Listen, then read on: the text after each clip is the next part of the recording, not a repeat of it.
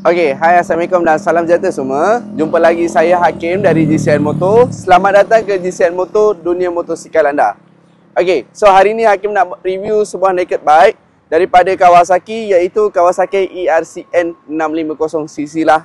Okey, so motor ni dibuat pada tahun 2012 and then dengan harga jualan kita hanya 11,800 saja dan minima deposit serendahnya 100, anggaran 6 tahun hanya 240. Jadi yang mana tengah mencari motor untuk daily ride ataupun nak pergi long distance, Hakim suggest korang ambil Yamaha Kawasaki ERCN ni.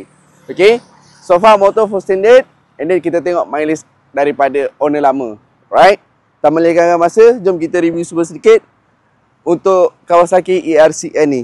Alright, so kalau korang tengok daripada belah lampu depan, lampu semua cantik lagi, tak ada defect apa-apa. Tayar depan bunga tebal lagi, brand daripada Pirelli W Rosso.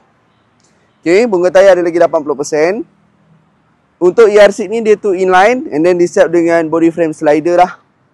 Alright, so exhaust full standard, dia datang dengan color kuning. Okay, tayar belakang pun bunga tebal lagi. Okay, W Rosso 1 model untuk tayar belakang, bunga ada lagi 80%. Right, mudguard semua complete, full standard lah motor ni. Okay, siap sekali dengan bobin. Right, jom kita tengok dia punya mileage motor ni. Okay, mileage motor ni hanya 14,000 saja. Jadi kalau korang tengok, meter semua tak ada defect apa-apalah, jelas lah untuk skrin dalaman. Right, jom kita dengar bunyi motor ni.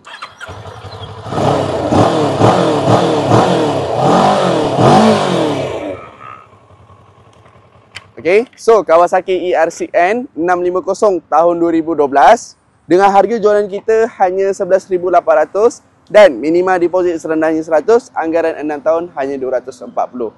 Jadi tunggu apa lagi? Jangan lupa lepaskan peluang ini. Jumpa lagi guys. Jangan lupa like and share video kita. Bye bye. Assalamualaikum.